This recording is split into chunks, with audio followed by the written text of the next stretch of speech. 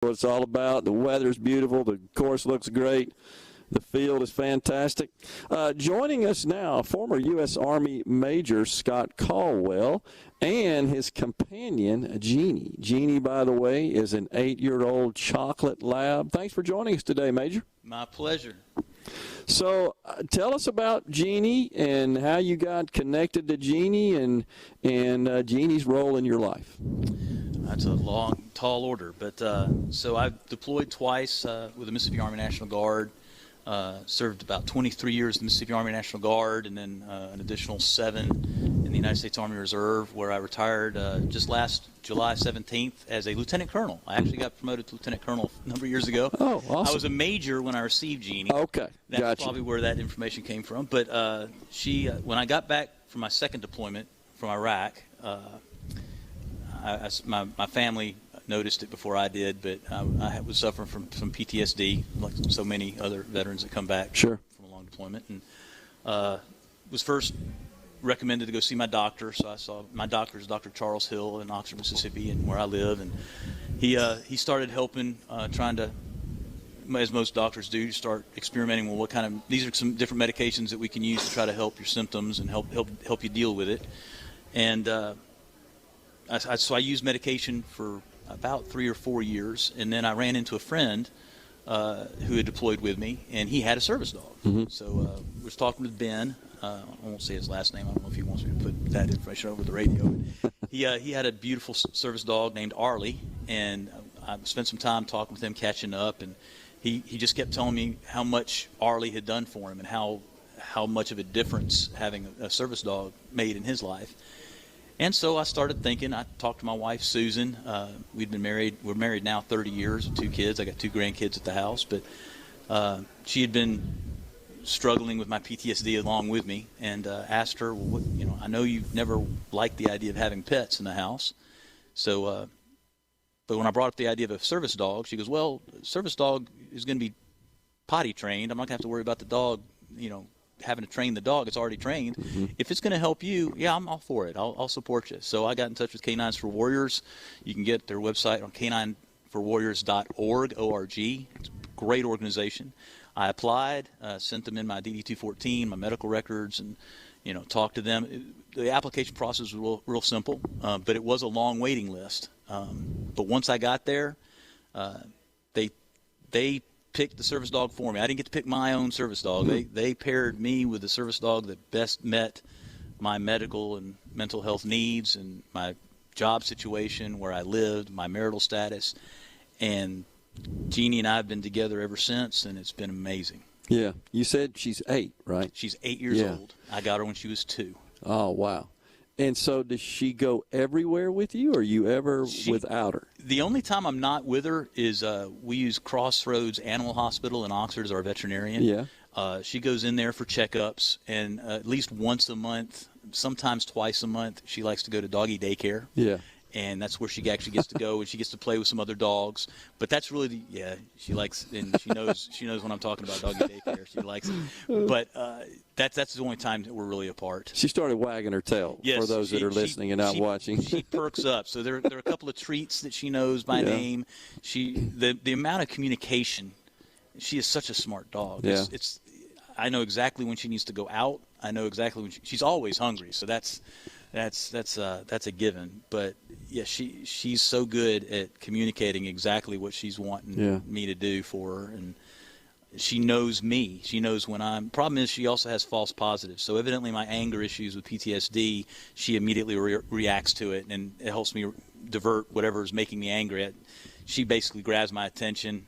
I kneel down, I pet her a couple of times, and within 30 seconds, my heart rate starts to drop, blood pressure drops, that adrenaline dump kind of goes, you start calming down. So it's amazing how quickly I can, if I get on top of it early enough. But the problem is she also has false positives. So evidently my anger for PTSD is the same as it is whenever my favorite football team throws an interception.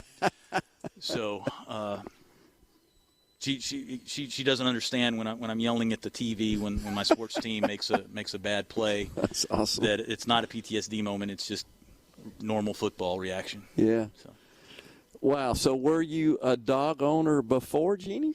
I had a dog named Angel back when I was growing up in junior high and high school. She was a golden lab, Yeah. and I played with her, played fetch as a pet. But other than that, like I said, when I got married, my wife was not much of a pet, cat, animal, not even a goldfish. She Yeah. didn't want anything in the house. Didn't want.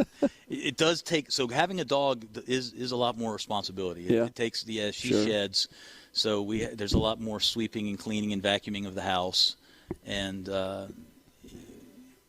you got to feed them twice a day with her, sometimes more than twice a day, and Yeah. you got to make sure that she can smell. When she likes to go out in the yard, she likes to roll around in the grass. She can get pretty dirty, and she can get into some things that she comes back and she doesn't smell all fresh and nice. Yeah. But once my wife's rule when I got the dog was, okay, it's going to be great. We know it's going to be, but I don't want the dog on the furniture, and the dog can't sleep in the bed. Yeah. And that was the rule for about 2 weeks.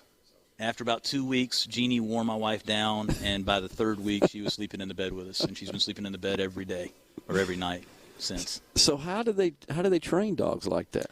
I wish I knew. Yeah. I'm not the dog trainer. Okay. So when I finally showed up, the Canines for Warriors organization was incredible. They've got a huge count, and they've expanded a lot since I was there. Yeah. But they've got their headquarters in Ponte Vedra, Florida. They're the world's leading, or at least the United States' leading provider of service dogs to veterans. They have a professional group of dog trainers that they come in and they get assigned a certain number of dogs, and they work with them daily, every day, going through. And then as the dog progresses and the dog is ready to be teamed with a warrior, when the warrior shows up, that's really the job of the warrior trainer. So they got a whole another group of veterans. They're all former veterans that have probably gone through the program themselves. Yeah. And their job is to teach the new veterans, such as myself when I showed up, how to use the dog. So the dogs are already fully trained. The dogs know what to do. I just had to learn. It took 3 weeks to teach me how to use the dog and know all the commands and the hand gestures and all the health issues, how to take care of the dog, not to overfeed them and get them fat, make sure they get their exercise, learning about the American Disabilities Act and the laws, because even today, this morning when I was coming in with my wife, as we started to come into the clubhouse, the security out front said, well, sir, you can't bring the dog in the clubhouse. And she's the only reason we're here, brother. So fortunately, there was another nice young police officer out there, and he goes, oh, no, she's a service dog. She's allowed to go in. Gotcha. She's professionally trained. So.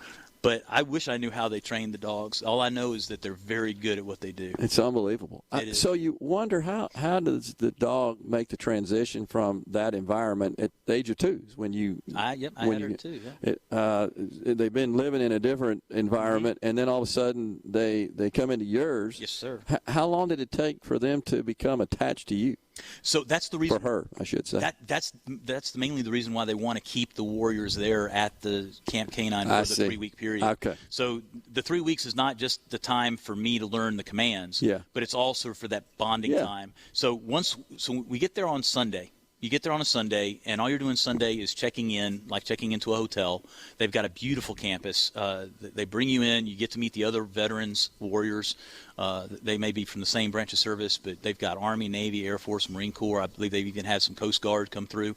You get to meet all the other warriors and veterans that are going to be going through the training with you. You get to meet your primary trainers, and they go over the house rules. They tell you, because for everybody's safety, these are the rules. You got to either abide by them, or sorry, we're going to kick you out. Yeah. But this very next day, Monday is when you get your dog, and that's the moment your life changes forever. The dog comes out. You're handed the same leash that I have today. It's a hands-free leash. It's attached to the dog's collar, and it goes over your shoulder. You clip it underneath your left arm, and from that moment on, you are attached to that dog for the entire 3 weeks. The only time the dog is allowed to be off leash, or the dog and you are not connected, is when you're in your bedroom. That's the only time. Or no, there's a second time. The only other time the dog can be off leash is when you're in a back enclosed pen, which is like an exercise yard, where you can let the dog off leash and just let her run inside and throw the tennis ball with them. But if you're not in the playpen, and if you're not in your bedroom, everywhere you go, in the house, around the grounds, when they start taking you out into the public to start your exercises and start training you when you're out in public, you're attached to that dog 24/7, and the bond, it comes on quickly. That's incredible. It's a fascinating story. It's been great having you on here today as well. Lieutenant Colonel Yes, sir. Scott Caldwell has been our guest. Retired. Lieutenant Colonel. with along with Jeannie. Yes. His warrior dog. The star of the day. Yeah, awesome. Thanks for coming on today. Thank you, sir, very much. I appreciate you. And thank you for your service as well, sir. Appreciate the support. Thank you. Thank you. We'll be right back with more Middays on Super Talk Mississippi.